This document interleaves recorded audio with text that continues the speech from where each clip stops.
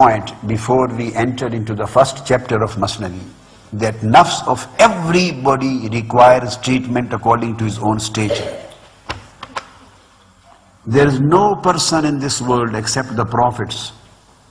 Except the prophets. They are ma'soom.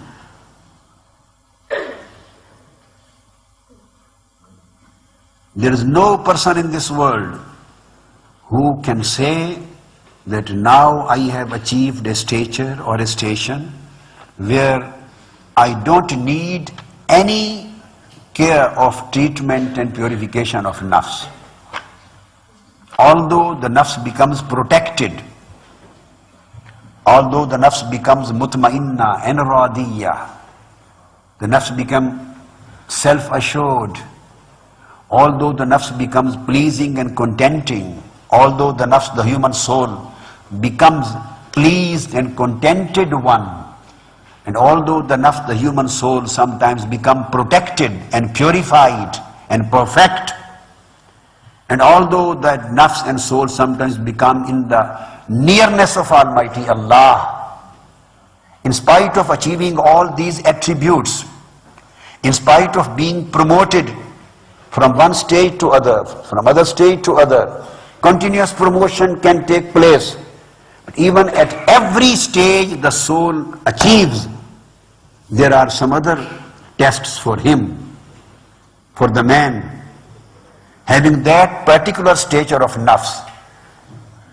Because the Iblis and Shaitan keeps on attacking on that soul, and he determines the nature of attack according to the stature of the man, according to the stature of wali.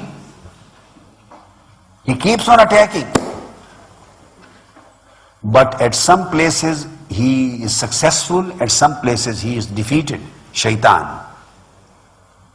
This is Allah's blessing. So everybody, he may become Imamul Awliya, he may become head of the saints, even then he is not become out of the need, he has not been freed of the need and necessity of purification of soul. It is a continuous process which never discontinues, which never breaks. So everyone at every state and position and station feels a specific need and necessity of self-purification. And Maulana Room has given a very beautiful example for this particular thing which I have explained. A very beautiful example of Imam Abul Hasan al-Khirqani. Imam Abul Hasan al-Khirqani, he has quoted a nice example of his life. He was Imamul Awliya and Sultanul Arifin. He says that one of his disciples, one of his students living in a village far from him, he experienced a state of contraction in his heart. When you feel a condition or a state of contraction, state of qabd in your heart, in your batin, in your inner self, this is spiritual contraction. So the man who experiences this contraction feels as if he was going to be demoted. He feels as if he is being demoted. And he feels as if Almighty Allah has become angry with him. And he feels as if Allah and His beloved is not pleased with him. And he feels as if he is being deprived of certain things. And he is coming down. These are his feelings of contraction. He feels upset, frustrated, disturbed. But the reality is that this contraction comes for his promotion. I would like to explain in my words very specific thing. Apparently, The expansion, the state of bast, expansion, looks very nice and beautiful condition, but that is an enjoyment of spiritual advancement. Expansion is an enjoyment, is a pleasure which takes place, which is experienced, which is felt because of the promoted spiritual stages of a man. But expansion and bust itself does not promote you to the higher stage. It is an enjoyment of promotion. It itself is not a promotion, neither a promotion nor a means of promotion. It is just an enjoyment and pleasure as a result of promotion. Where promotion, spiritual promotion takes place, and when promotion takes place during the state of contraction, and you feel as if he is angry with me, but in fact he is happy with you. Because during the state of expansion, when you enjoy, you experience a pleasure, you feel that you have been promoted up to a higher place. When you feel that you are being promoted and you have been promoted, so this feeling of promotion and this sense of promotion and this appreciation of promotion sometimes can create an arrogance in your nafs.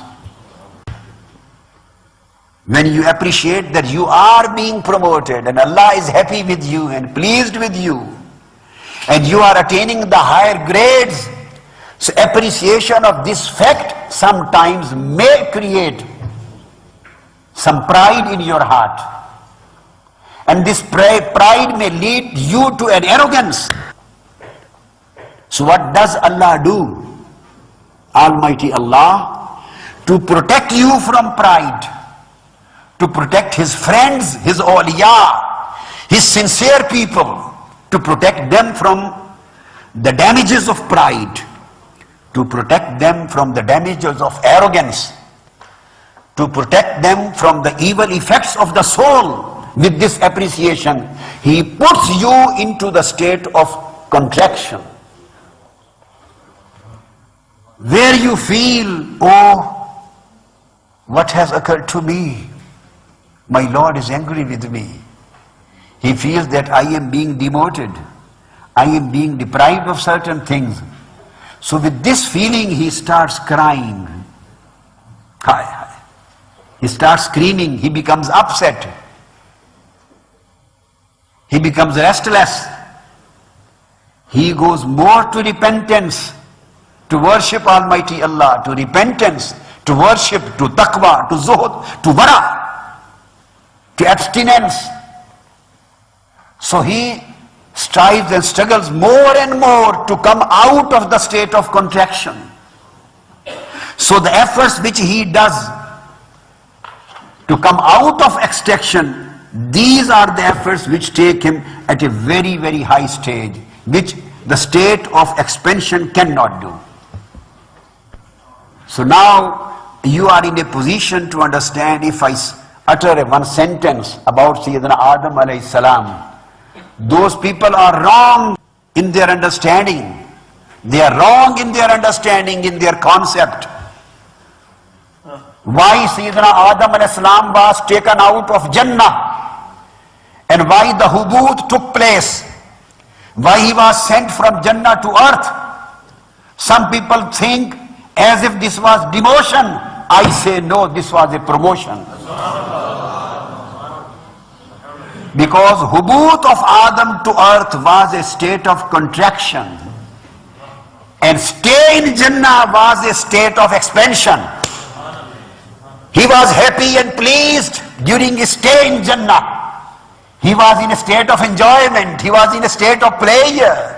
He was in a state of happiness, because he was feeling the nearness of Almighty Allah. He was appreciating his pleasure. He was appreciating his closeness. He was appreciating and feeling the pleasures of his company. Almighty Allah wanted to promote him. Promote him to what level? Almighty Allah decided to promote him to the level of Khalifa. He wanted and decided to promote him to the level of his vicegerent. He wanted to place him at the level of his naib, of his deputy for the whole world. And it was not possible if he stayed in Jannah. So what he did,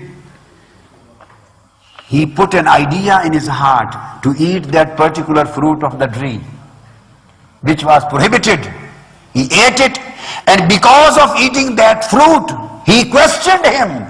And question of Almighty Allah created a state of contraction for him. This questioning created a state of contraction.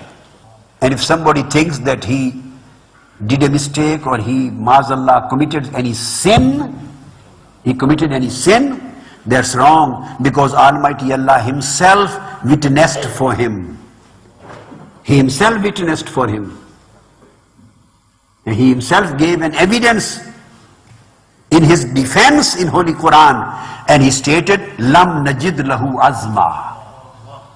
Don't say that my Adam sinned. Who is better than me and who could better see in his heart? Allah says, Lam najid lahu azma. I saw into his heart, and I never saw any intention or any thinking of disobedience in his heart. Allah witnessed that. Lahu azma. Don't say that my Adam sinned. Who is better than me and who could better see in his heart? Allah says, Lam najid lahu azma. I saw into his heart, and I never saw any intention or any thinking of disobedience in his heart. Allah witnessed that. There was no disobedience in his heart. This is Allah is witnessing, defending Sayyidina Adam alayhi salam's position. Lam najid lahu azma. We never find any motive, intention of disobedience in his heart. What to talk of act? Amal takes place after azm. Azm is irada, a combination of niyya and irada, a combination of motive and intention. This is azm. An act is the fi'l and amal, which takes place after this state of azm. If there is no azm, no motive and intention, then there is no gunah, no act of sin.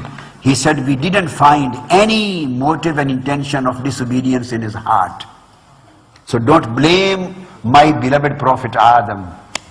Then we asked Almighty Allah, then what should we say? Whatever took place, so what should we say? What would be the caption and heading of that act? He said, Fanasiya. This was just a nisyan, a forgetfulness. This is Allah's decree and judgment. This was just a forgetfulness. He just forgot. And if you forget and eat during your fasting, if you forget that you are fasting or not, and you eat, whether your fast would remain or it would be broken. If in spite of eating, your fast does not break, so in spite of eating of Adam, how does his fast of spiritual position is breaking? He said, Fanasiya, this was just forgetfulness. And this condition of forgetfulness was